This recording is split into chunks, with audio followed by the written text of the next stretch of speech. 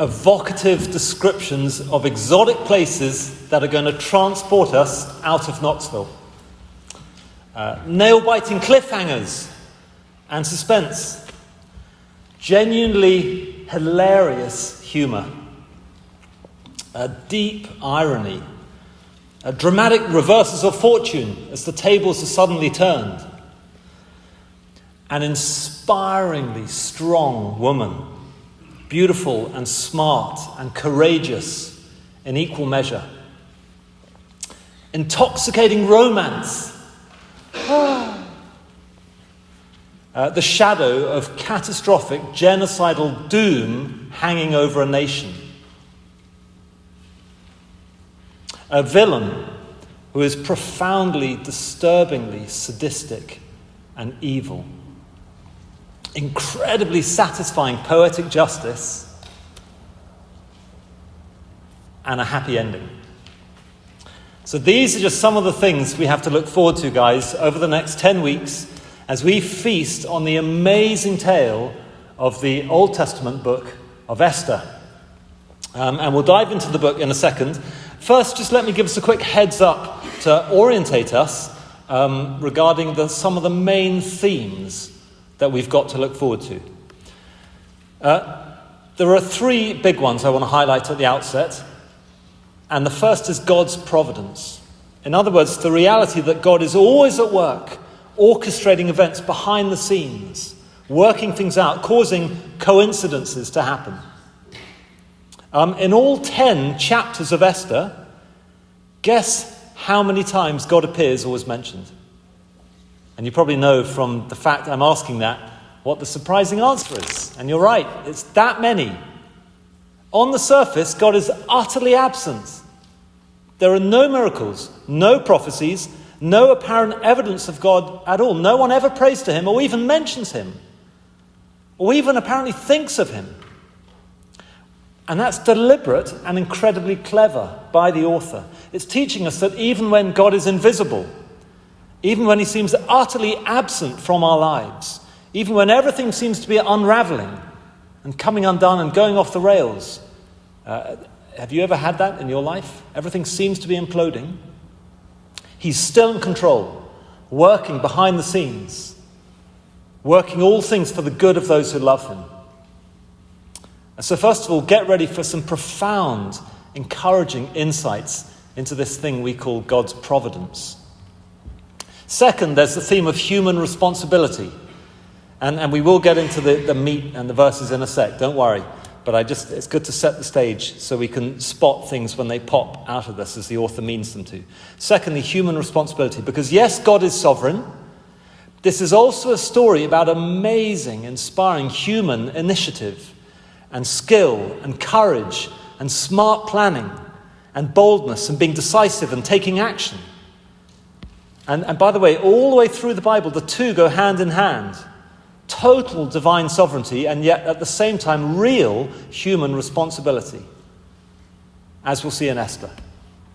And then third, we're going to see the theme of this is unusual and kind of interesting, the absurdity of wickedness. I wonder if you've ever thought of wickedness as being fundamentally absurd, ridiculous. Wickedness and evil in this story are made to look really, really stupid. And actually, it's very, very funny in parts. And we're invited, as readers, to laugh along too. God laughs at the wicked in Psalm 2. Sometimes that is a good thing for us to do. To choose to laugh in its face instead of being intimidated by it. And Esther's going to show us how. I don't know if we do that enough. So there's a quick trailer for the book. There's a quick heads up for some of the main themes. Let's dive in.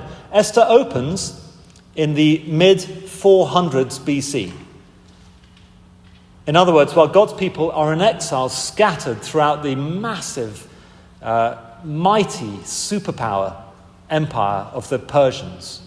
And that's important. We need to know that. That'll come back later. But God's people are in exile. So please look up Esther chapter 1. We're doing the whole of chapter 1 this morning. It's page 382 in the church Bibles. Page 382, Esther chapter 1, beginning at verse 1. It'll appear on the screens, but it's good for you to have it open, so as we go through and pick different things out of the verses, you can check up on me. Check I'm just being a faithful messenger, not sharing my own ideas. Esther chapter 1, verse 1.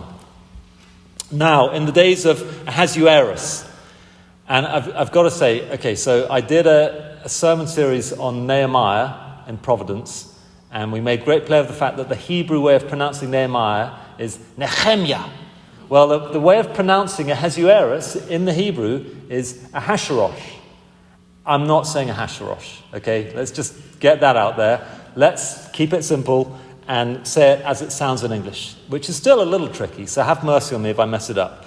But now in the days of Ahasuerus, a.k.a. Ahasuerosh, the Ahasuerus who reigned from India to Ethiopia over 127 provinces. In those days, when King Ahasuerus sat on his royal throne in Susa, the citadel, in the 3rd year of his reign, he gave a feast for all of his officials and servants. The army of Persia and Media and the nobles and governors of the provinces were before him, while he showed the riches of his royal glory and the splendor and pomp of his greatness for many days, 180 days. And when these days were completed, the king gave for all the people present in Susa, the citadel, both great and small, a feast lasting for 7 days in the court of the garden of the king's palace. There were white cotton curtains and violet hangings fastened with cords of fine linen and purple to silver rods and marble pillars, and also couches of gold and silver on a mosaic pavement of porphyry, marble, mother of pearl, and precious stones. Drinks were served in golden vessels of different kinds, and the royal wine was lavished according to the bounty of the king. And drinking was according to this edict. There's no compulsion, for the king had given orders to all the staff of his palace to do as each man desired. Queen Vashti also gave a feast for the women in the palace that belonged to King Ahasuerus. On the 7th day, when the heart of the king was merry with wine, he commanded Mehuman, Biztha, Harbona, Bigtha, and Abagtha, Zethar, and Carcass, the 7 eunuchs who served in the presence of King Ahasuerus, to bring Queen Vashti before the king with her royal crown, in order to show the peoples and the princes her beauty, for she was lovely to look at. But Queen Vashti refused to come at the king's command delivered by the eunuchs. At this the king became enraged, and his anger burned within him. Then the king said to the wise men who knew the times, for this was the king's procedure toward all who were versed in law and judgment, the men next to him being Karshina, Shetha, Admatha, Tarshish, Meres, Marsena, and Memucan, the 7 princes of Persia and Media, who saw the king's face and sat first in the kingdom. According to the law, what is to be done to Queen Vashti, because she has not performed the command of King Ahasuerus, delivered by the eunuchs? Then Memucan said in the presence of the king and the officials, not only against the king has Queen Vashti done wrong, but also against all the officials and all the peoples who are in the provinces of King Ahasuerus. For the queen's behavior will be known to all women, causing them to look at their husbands with contempt, since they will say, King Ahasuerus commanded Queen Vashti to be brought before him, and she did not come. This very day, the noble women of Persia and Media, who have heard of the queen's behavior, will say the same to all the king's officials, and there will be contempt and wrath in plenty.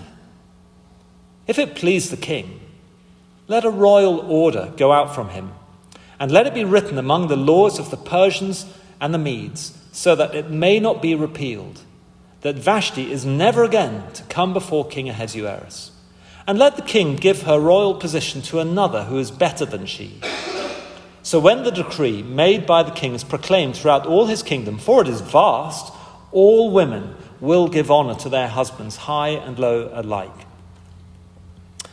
This advice pleased the king and the princes, and the king did as Memucan proposed. He sent letters to all the royal provinces, to every province in its own script, and to every people in its own language, that every man be master in his own household, and speak according to the language of his people. Father God, thank you for this amazing, colourful, rich tale. Help us to understand it rightly. Help us to see it in the context of your word. would your Spirit make the profound spiritual realities in this tale spring to life, so that we get to be blessed by them as we faithfully live them, live in the light of them, all for your glory. Help us to focus now and suck this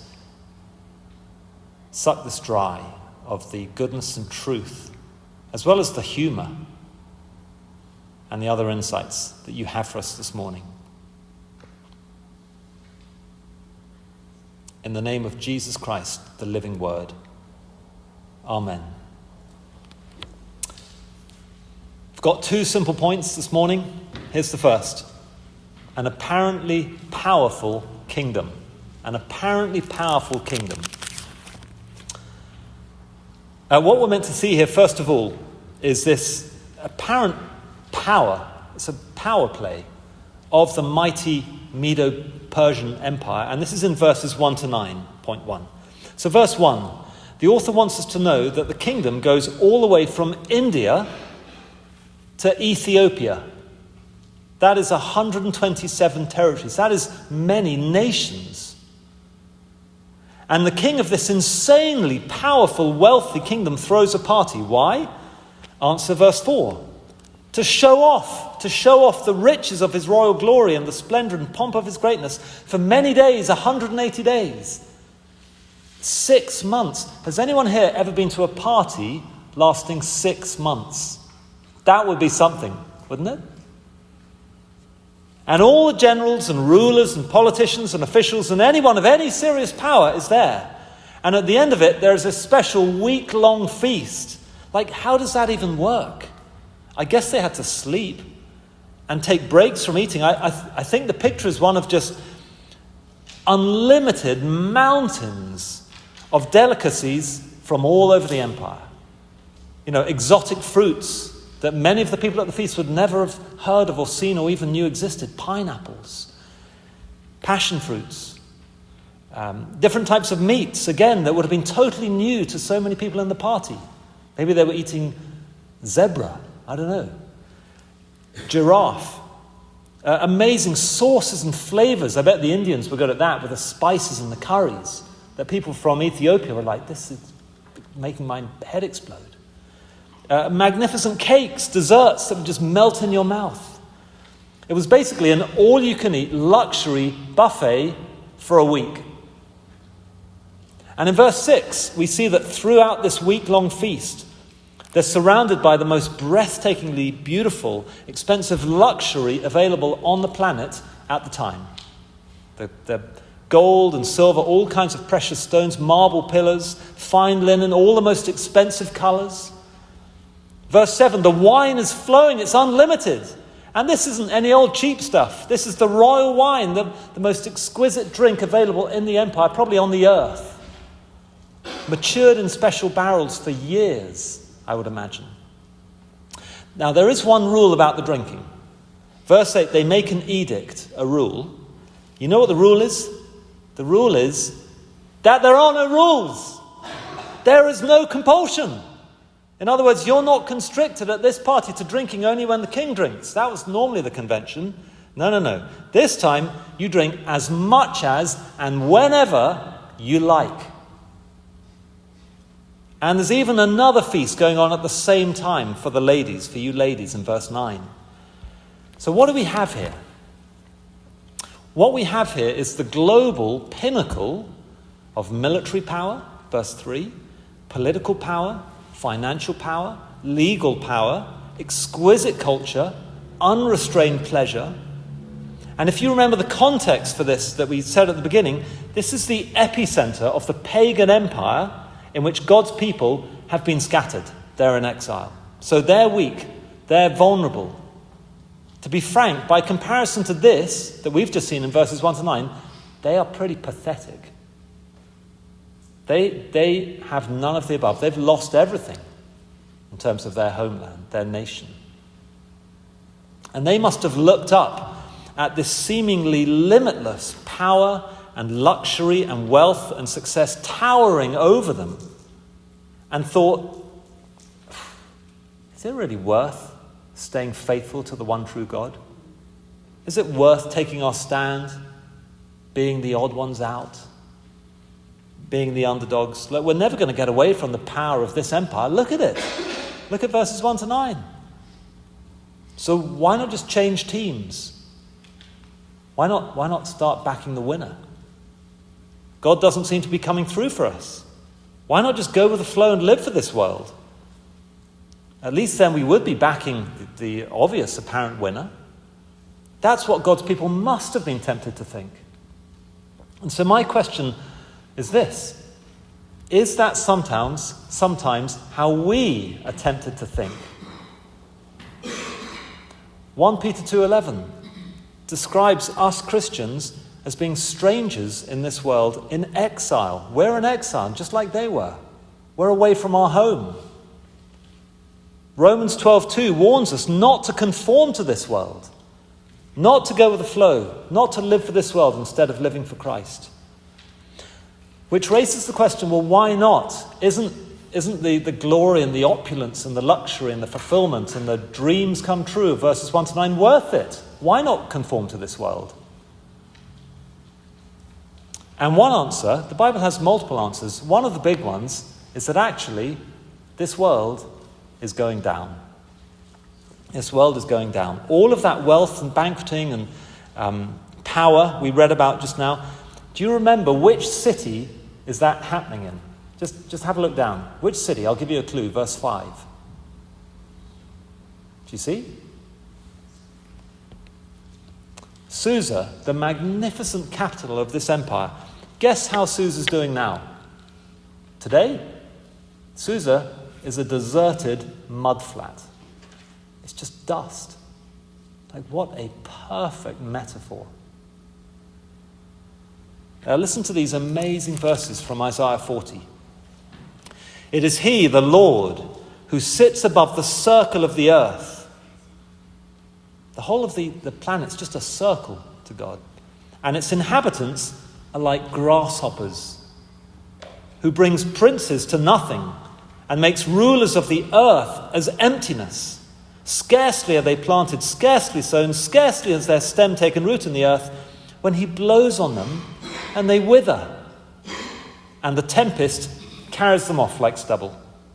Psalm 2 says that when the nations of the earth come together, even in the form of 127 territories maybe, and they look so powerful and they defy God, you know what God does? Number one, first of all, he laughs at them for being so deluded, and then he destroys them.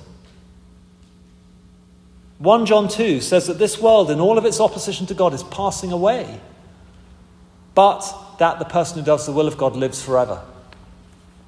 And those who shun this world for the sake of faithfulness to Christ will live forever. In the words of Hebrews 13, here we have no lasting city, but we seek the city that is to come.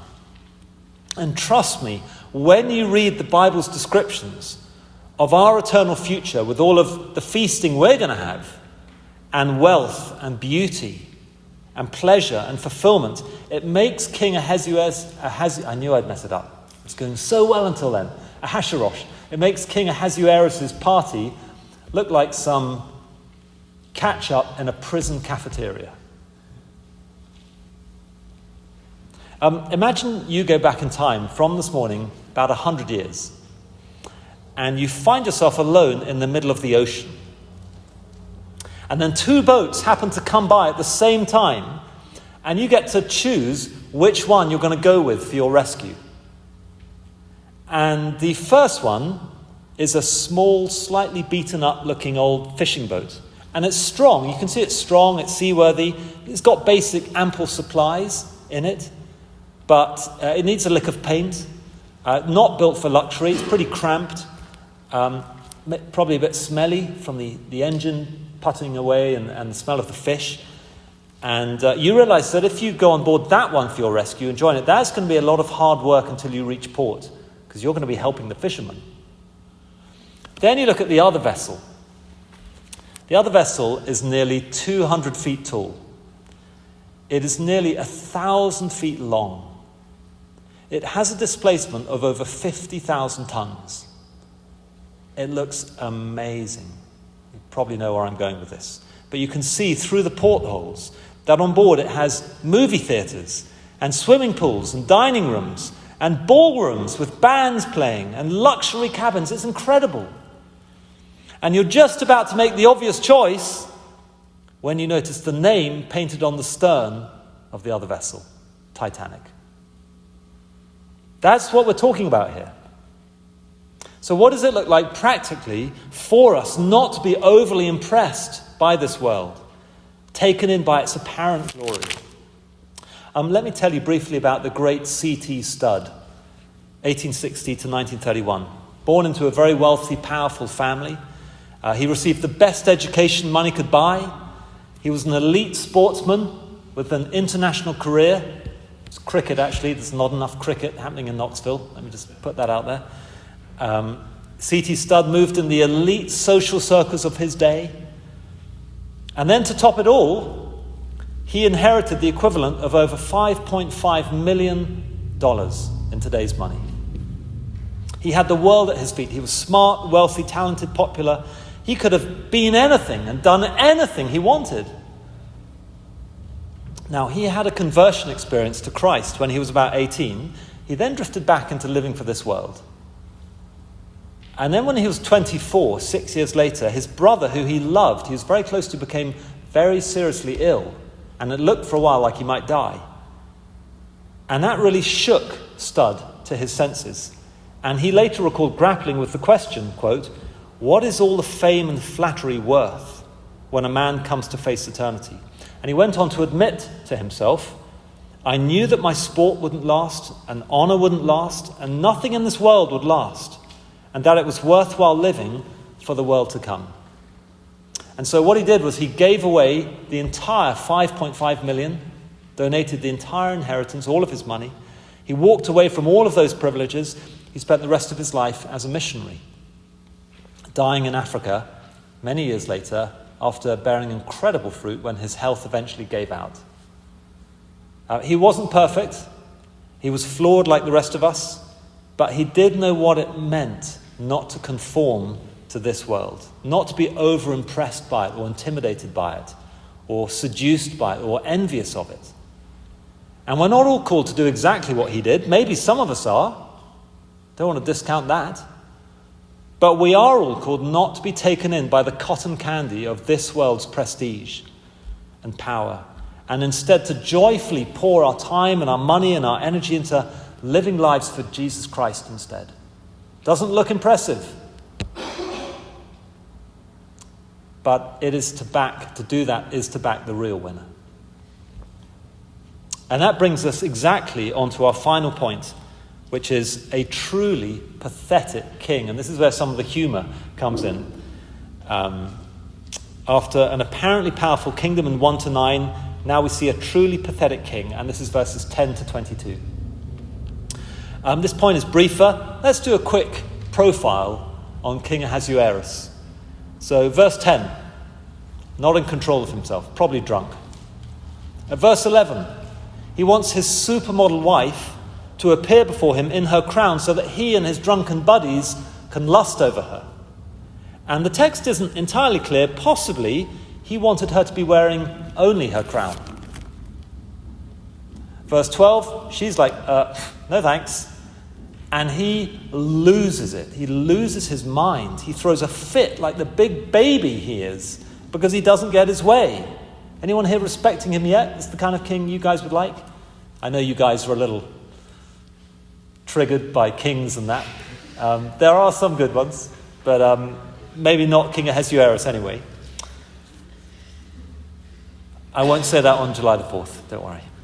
Verses 13 to 15. So in the middle of his big baby temper tantrum, he summons his Supreme Court to know what to ask them what to do. In 16 to 18, his Supreme Court, this is maybe a little over their pay grade, but hey, he's the king. They paint this, to be honest, ludicrous picture of all the other wives hearing about his wife standing up to him, copying her example, and then this same marital breakdown that he's had becoming endemic across the empire. There'll be anarchy, they panic. So, verses 19 and 20, after much flattery and sort of oily, telling him what he wants to hear, they come up with a plan. And the plan is for him to sack his wife, replace her with an upgrade, and then pass a law that every husband in every family across the entire vast empire be in charge of his household. That's not describing the beautiful biblical complementarian model throughout Scripture of how godly husbands lead their wives by laying down their lives for them sacrificially. No. This law is pushing for the same kind of knuckle-dragging domination that the king pathetically tried and failed at with his own wife. Like, what a loser. How could you get a bigger loser than this? We should be laughing at him.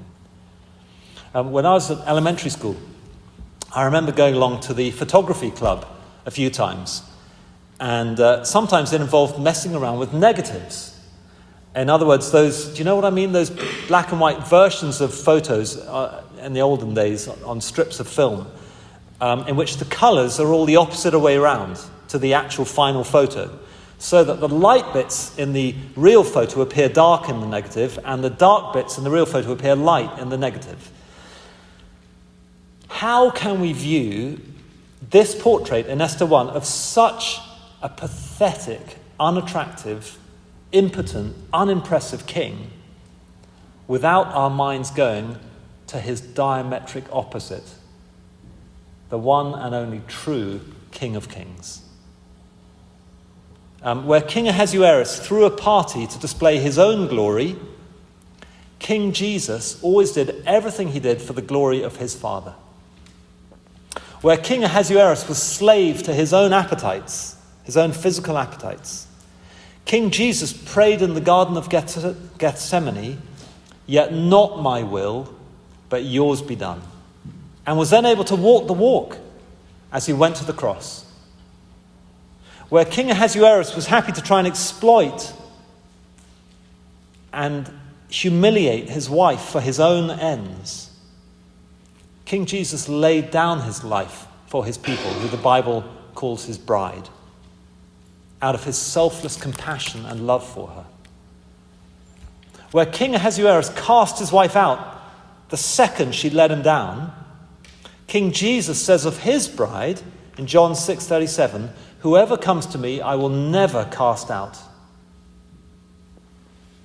Where King Ahasuerus was terrified of anarchy breaking out in his kingdom if the same marriage failure he had started to spread, King Jesus rules over a kingdom that Hebrews 12 tells us will never be shaken.